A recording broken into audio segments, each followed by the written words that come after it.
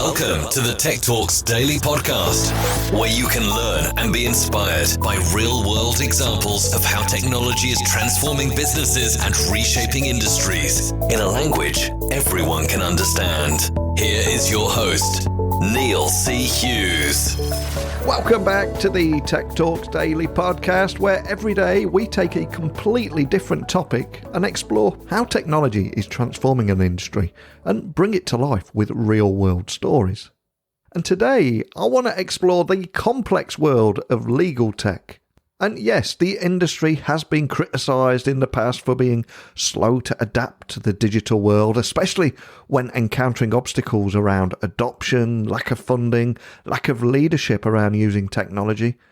And also, of course, like every business, not knowing where to start or who to turn to and obtaining that understanding around technology. But thankfully, all this is changing, and when I read that a global law firm called Eversheds Sutherland is driven by legal technology and actually launched Techtober alongside its first ever legal technology graduate scheme last year, I felt compelled to find out more.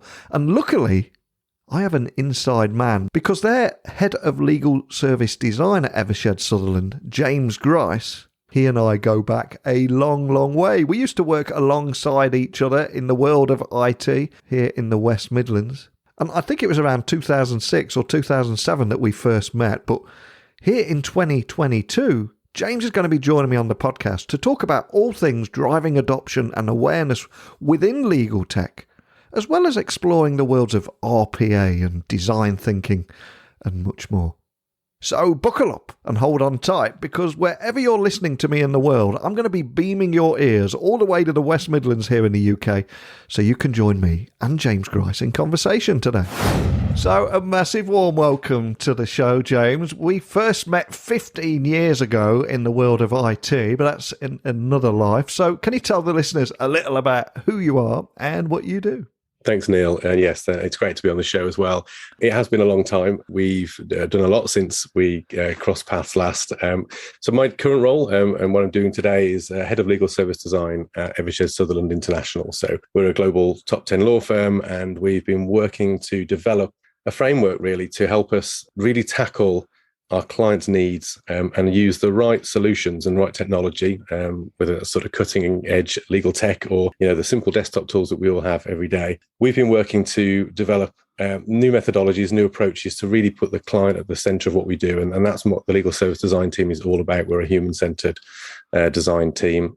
For me, though, my sort of background and journey here, I guess the last time we properly worked side by side, I was a trainer, which is where a lot of this interest in the people side of technology and transformation comes from. And as I've reflected on my various roles as I've moved around at Eversheds and taken on new challenges, has been the realization that every one of those roles had people at the heart of it. I quickly moved away from the more technical side of the tech teams and fast became all about change and adoption, whether that was through sort of relationship management roles, developing client platforms. I was innovation lead for a short period, which was a bit of a spurious title, and to the legal service design team as we are today, which is a now sort of thriving and growing team with lots of exciting projects on the horizon. So that's basically me at the moment. Excellent. And I think that's something we both always had in common. Me and you were always about getting more people on board, being the bridge between the business departments and the technical teams. And that's where the magic happens, really. And before you came on the podcast today, I was doing a bit of research on Eversheds Sutherland, and you have 70 offices in more than 30 countries.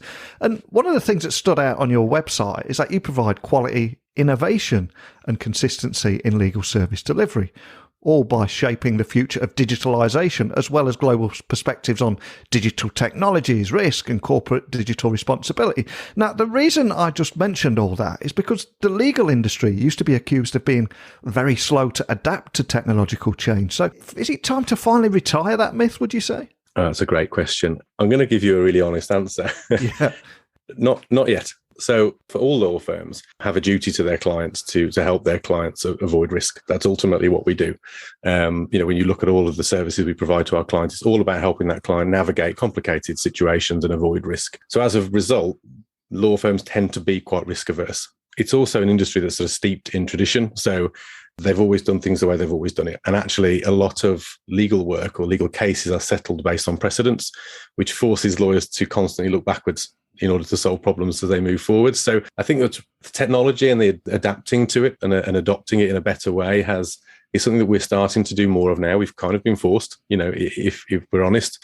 The rest of the world has advanced and moved on, and our clients now increasingly expect us to do the same. But for the last 4 or 5 years now, maybe a little more, but certainly for my part, 4 or 5 years, we've been really starting to try to sort of drive that message of tech and the benefits of tech and why our lawyers should be adopting it and how our clients can benefit from it. So I don't think we're quite there yet. We've definitely not caught up with the rest of the world, but we're on that journey. We're doing some exciting things. There are lots of fantastic tech providers coming to the market now and exciting us with their products and their promises of changing the way legal is done.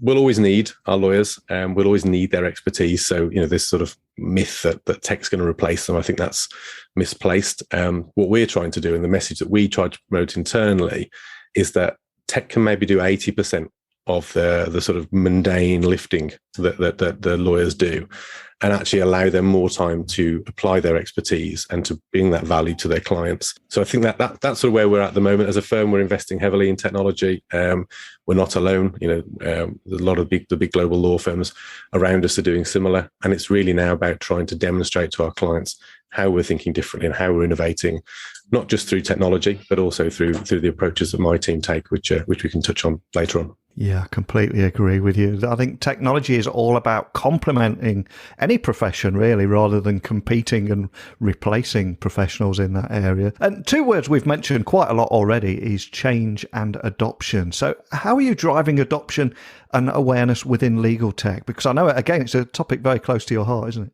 It absolutely is. So I'll tell you a bit about an event we ran last year, actually, which we're particularly proud of. It was a massive undertaking. We ran a global conference. We called it Techtober. That was a name that I unfortunately put forward as a joke during a meeting, which inevitably stuck. So blame me for that. But the Techtober conference was 2 things. So it was going to be a learning and technology conference. So with an aim to spread globally across our network. So it was virtual, as many things are now. And we invited up to 5,000 of our members of staff from wherever they were in the business. It didn't matter whether they were lawyers or parts of our support teams. Everyone was welcome. And we wanted to spend time promoting our technology capabilities, but not just pushing the tech. We also wanted them to understand what our clients were after. And we also wanted them to understand the tools and methodologies that my team are now promoting, like design thinking, and the benefits that we would derive from those by using them with our clients. So we actually had, as part of this conference, some fantastic speakers from some of our biggest clients. They gave up their time to join panels and to share their experiences and to really sort of, inspire our lawyers to think differently. Then we spent time telling them about the tech we'd got, trying to relate the tech to use cases, because again, just having the IT guy tell you why you should buy into this tool is not enough. They need to hear it from other lawyers who benefited from that technology. So we did that. And then all of that was really building to the main dish, if you like, for Techtober, which was the Global Hackathon. It's the first of its kind for us as an organization. We took nearly 50 teams and 300 individuals through a 2-week design sprint. We split them into regions just to make the judging piece easier for us. But we challenged them all to take what they'd learned during that conference and to turn it into inspiring solutions, concepts and ideas that they could take forward. We gave them a design thinking toolkit. We gave them access to technology like Miro to allow them to sort of collaborate virtually. And these teams, over a 2-week period, went through a number of activities to refine their thinking. And at the end of that 2 weeks, they pitched their ideas back to a series of judges across the different international regions. We selected the best of those ideas, took them forward to a global final, and in November last year, or the end of November, we crowned our winners. Off the back of that, we've created a huge pipeline of concepts we're now working through, which is really exciting. So from an awareness perspective, we're doing a lot more than that, obviously on a daily basis, but that was a really big event that we were proud of, that took an awful lot of coordination. From an adoption point of view, I guess a lot of the outputs that came from that event are sort of feeding into that. We're also doing a lot to look at data and metrics about how people are using our tools, what kind of, uptake we're seeing with some of our core tech across our various practice groups, and then trying to work out if there's a reason why certain areas aren't using it. Is it because the tech doesn't fit their need? Do they not know enough about it? Do we lack champions in those areas? And then we're looking to, I guess, internally and externally, just draw attention to some of the great work that our legal teams are doing. We've got legal technologists all across our practice groups, as well as a very well-skilled central team, and trying to encourage them to talk about the great work that they're doing, showcase it in ways that our lawyers and then obviously our clients, hopefully at the end of the day, get to hear about it, to make sure that we're really spreading that word as far and wide as we can across our rather large client base. It's incredibly cool what you've achieved there, and incredibly forward-thinking too. I'm curious, over 6 months later, how's the entire project or Techtober been received, and is it something that you'll repeat again in the future? I think we will. I joke with my boss on a regular basis about Techtober because it was a very stressful 3 or 4 month period in planning that. So I do think it's coming my way again, but we've asked for a break. So I think it's going to be maybe on a 2-year cycle. So perhaps Techtober 2023 is the next time we'll see it. But it's been really impactful. People still talk about it now. We've got, like I said, a whole pipeline of ideas we're now working through. We're engaging external specialists who help sort of drive these innovation initiatives so that we can learn and develop our own skills as a team. And then we've got experts. So my team specifically is predominantly made up of people with IT experience, but specifically in business analysis and project management. We don't badge them as BAs or PMs. We prefer to recognise their breadth of skills because they do a lot more in our team. They're much more dynamic than your more traditional BA or PM. But those tech delivery skills are really coming to the fore now as we're starting to drive these new solutions and these products out the door. Like I said, we work closely with our legal technologists. They're all experts in their own fields. They work within the practice groups. They truly understand the needs of their lawyers and the types of work they undertake. But what we bring to the table, I think, is that human-centered approach. We ask the difficult questions. We make sure that we're focusing on the person we're designing for. And so far, as I said, we've had a lot of success. We're seeing lots of positivity towards what we're able to achieve. We're expanding the Techtober program, as we've now called it, to a wider product portfolio. And we're looking to really help the business to drive these new services and solutions out the door. And when I was also researching you, something else I came across was how you provide lawyers and legal techs with this toolkit that allows them to provide services and tech that ultimately it's the customer or the client that is demanding. Can you expand on that just for anyone listening that's not too familiar with the kind of work that you're doing at the moment? We put together something we call our legal service design framework. And what that is it's not something unique to us.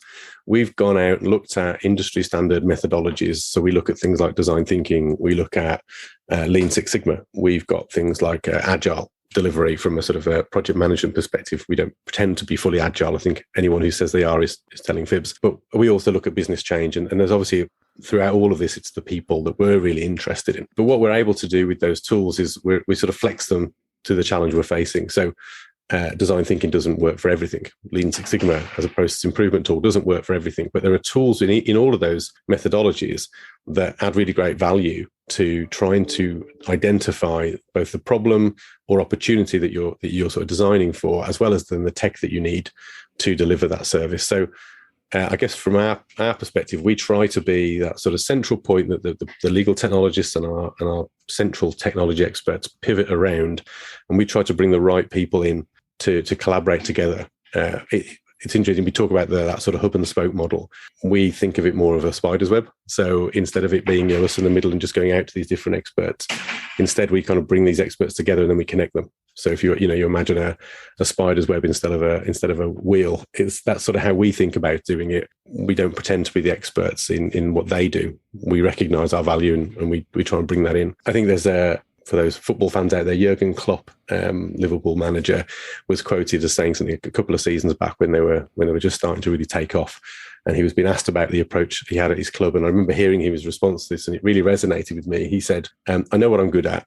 I know what I'm great at, but I also know what I'm really bad at. And I bring people that are good at what I'm bad at into the fold in order to build that diverse team. And I thought that was really interesting. And, I certainly see that in my own team, my small team, but we see that as our approach as well to any project that we take on. It's very much about collaboration and bringing in diverse thinking. And there's so much positivity here in the work that you're doing. And of course, any journey in technological change will face a fair few obstacles along the way. So have you faced any challenges or resistance with adoption and technological change? It's inevitable. We definitely see it. We've got quite an enthusiastic audience at Eversheds, so I have to say, and I'm not just saying that for the purposes of the podcast, we genuinely do have some very enthusiastic, creative people that work at the firm, and we have a very open culture when it comes to getting things done. When it comes to technological change, I think it's all about that initial focus on the person you're designing for, whether that's an internal product you're looking to launch or something you're designing for a client. If you know who you're designing for and the problems that you're trying to solve, and you've got them brought into that conversation, it makes that whole journey much easier. I know that you'll often hear people talk about business change management, working alongside project management and that sort of project delivery. But I think actually you need to start that journey much earlier. I think you need to start that conversation before you've even properly identified the problem.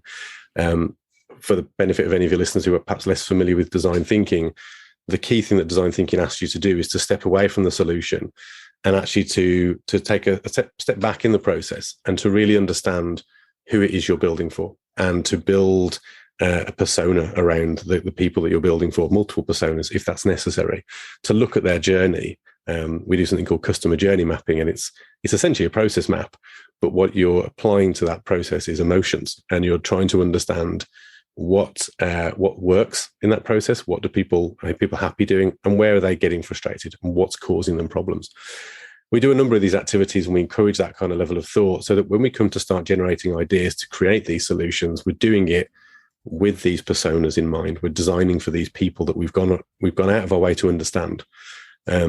And we found that actually by having that engagement and getting that feedback, then as you start to mock up these proof of concepts and you're doing your wireframes and all of that good techie stuff, you get much better buy-in, and these people become your champions. You win their hearts and minds. It doesn't work for everything. It doesn't solve every problem, but we've certainly found that where we've been able to do that, it's reduced those barriers and that resistance that you talked about. And I love how you've turned so many challenges into opportunities by embracing this design thinking and getting people involved. And just to bring all that to life, are you able to share a story, campaign of partners, leaders, or anyone that have used this technology and came out the other side? And obviously you don't need to mention any names, but is there anything you can share? Yeah, so I'll give you a couple of examples. And as you said, we're very careful not to name anyone that I shouldn't.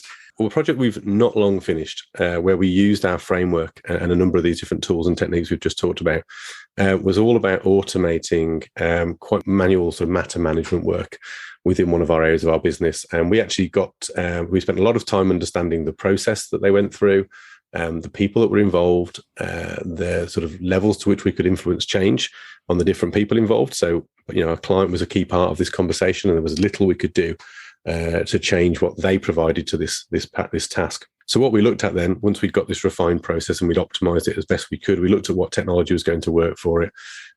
We used a product called HiQ, which is a sort of for those who are not in the legal world, it's very similar to SharePoint, if you think about that as a product. We used the document automation capabilities in that platform to significantly streamline the work that this team were doing. But we also used robotic process automation at the front of the process. As I mentioned, we didn't have a huge amount of control over the client's input into this process. We were receiving Excel documents with vast amounts of data in them. So we used the RPA technology to lift and shift that data using APIs into the final product, into that automation platform. And we were able to take conservatively sort of 2 to 3 hours worth of work and do it in sort of less than 2 or 3 minutes, which was pretty impressive. And I thought that was the big sell. I thought that would be the thing that the legal teams would really embrace. But actually what they liked was not just the cost, that sort of time saving, but the quality improvement that the technology brought, because instead of having circa 100 people producing these documents, all doing different things and potentially making mistakes in different places, the bot produced a much more consistent output, which reduced the risk of poor quality documents or contracts going out of the door, as well as improving the time which they were doing it. So that's an example that where we've used that framework and some of our principles to really steer a project in a positive way. We're also doing something at the moment where one of our big global clients has received from us a fairly simple portal using that same HiQ solution. But what it's done for them, and it's the simplicity in the design almost that's been beneficial, is it's really helped them to streamline and to get a better view of all the work that they're undertaking across their global business. And they were so excited by what that's been able to do for them and how that's transforming what they do, that they've actually asked us to put together a workshop for them where we can then look at using some of these design thinking tools and some of these collaborative activities with our own legal experts and their own team to help them look for further opportunities to use tech and some of the other products that we can bring to the table to benefit them further in the future. So some really exciting engagements coming out as a result of the work that we've been able to do over the last 12 months. And when your internal teams and equally clients as well see the evidence that this kind of technology is delivering and the time it's saving, and I would imagine it would spark a fair bit of curiosity within the firm too. So what kind of feedback have you received so far? It's been really encouraging, actually. It's difficult in a firm of our size to reach all of the corners, so there's certain we have to have a certain focus. We're a small team, so we sort of focus on a certain number of clients within our organisation. But we are increasingly hearing positive comments and feedback based on some of the outputs we're producing, the workshops that we run, the tools that we're able to offer, the way that we can create that sort of diversity in thought.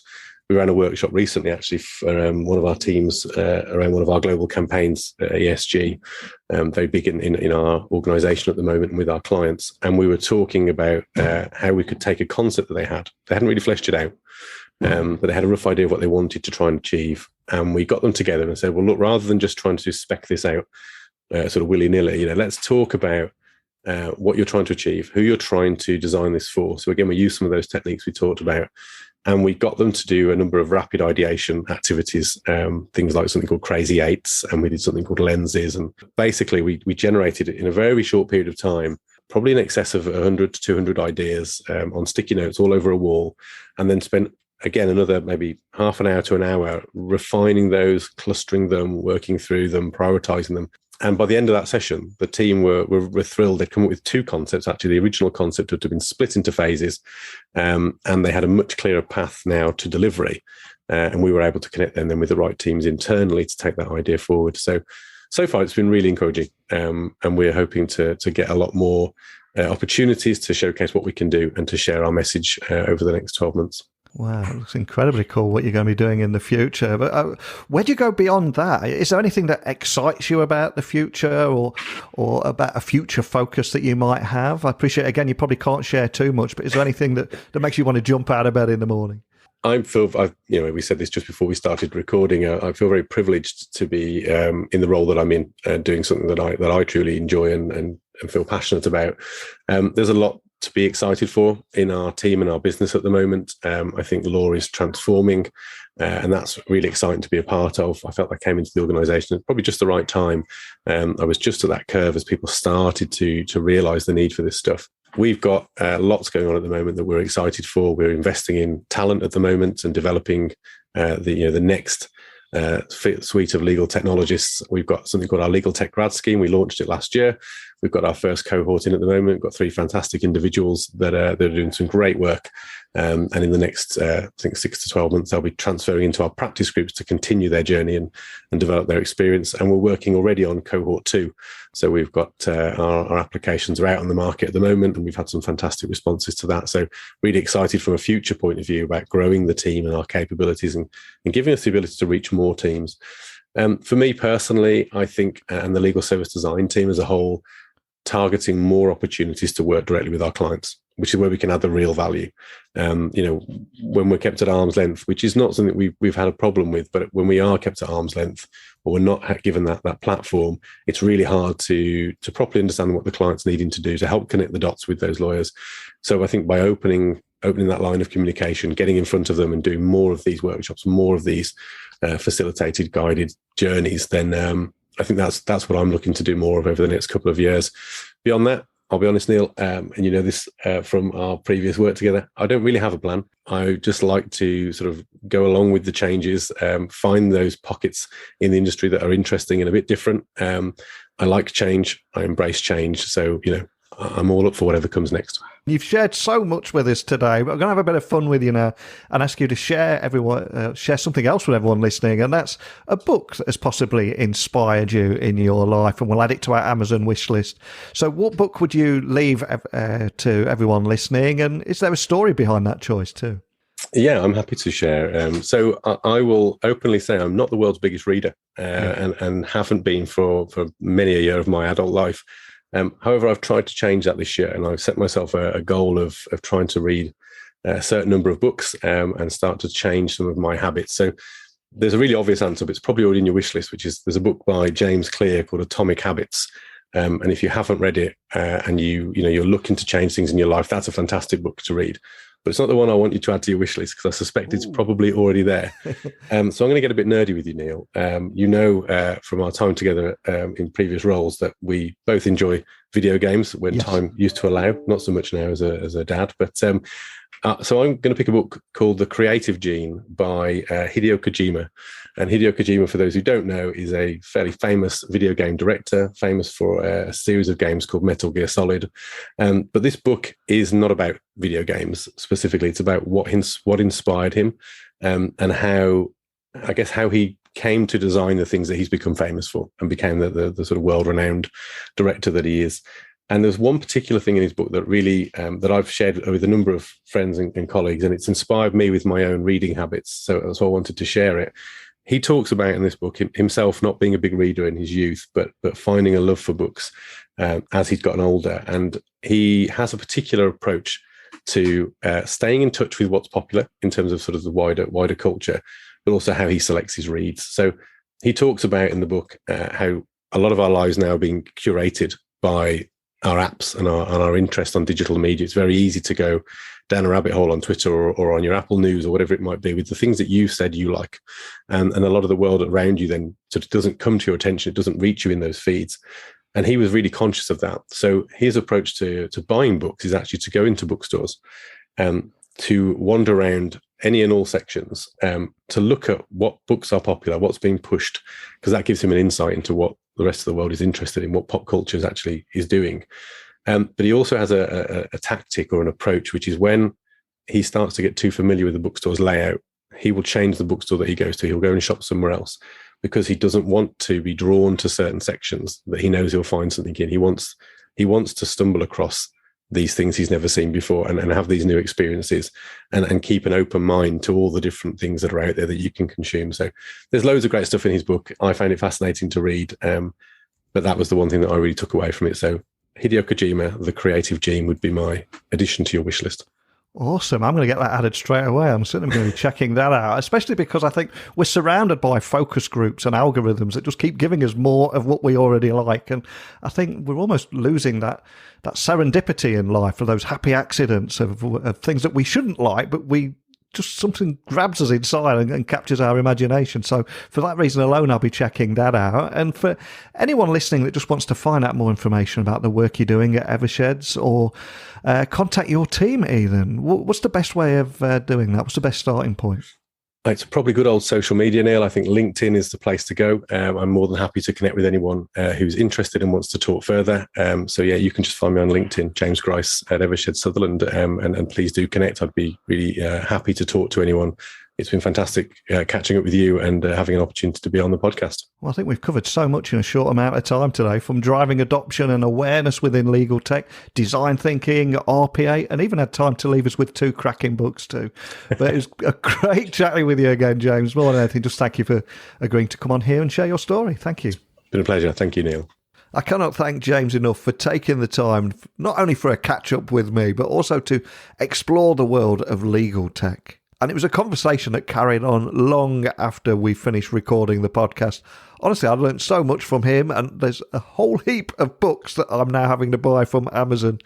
So I can't thank him enough. I could chat with him for hours, and I always learn something from him. So a big thank you to James. And also for coming on here and taking the time to share real-world stories about driving adoption and awareness within legal tech, and providing lawyers and legal techs with a toolkit that allows them to provide services and technology that the customer needs and expects. And there's a phrase that I use on here many, many times, and I think it was the leader of IBM, and they said this over a decade ago now. They said that the last best experience that any of us has anywhere becomes the standard expectation for what we need and expect everywhere. So obviously, legal clients are taking their real-world expectations from the likes of Amazon, Netflix, and Uber, and all these new digital companies, and having that same expectation from law firms. So what Eversheds Sutherland are doing here in providing their lawyers and legal techs with this toolkit is incredibly forward-thinking. But obviously, we've only scratched the surface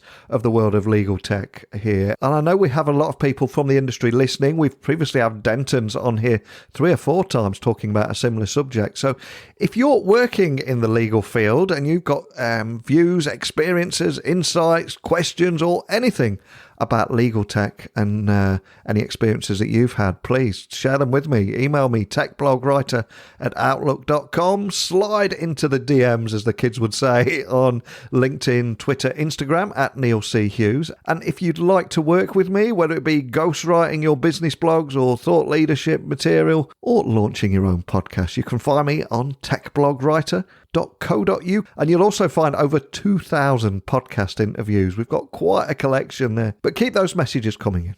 But obviously today was all about legal tech, and this is a daily tech podcast. So what we're going to talk about tomorrow? Well, it's time to spin the wheel and see what subject we're going to tackle tomorrow. But if you want to find out where the wheel stops and what we're going to be talking about tomorrow, well, for that, you're going to have to join me again, I'm afraid. So I'll be waiting in your podcast feeds bright and early tomorrow. But a big thank you for listening today. And until next time, don't be a stranger. Thank you for listening to the Tech Talks Daily Podcast with Neil C. Hughes. Remember, technology works best when it brings people together.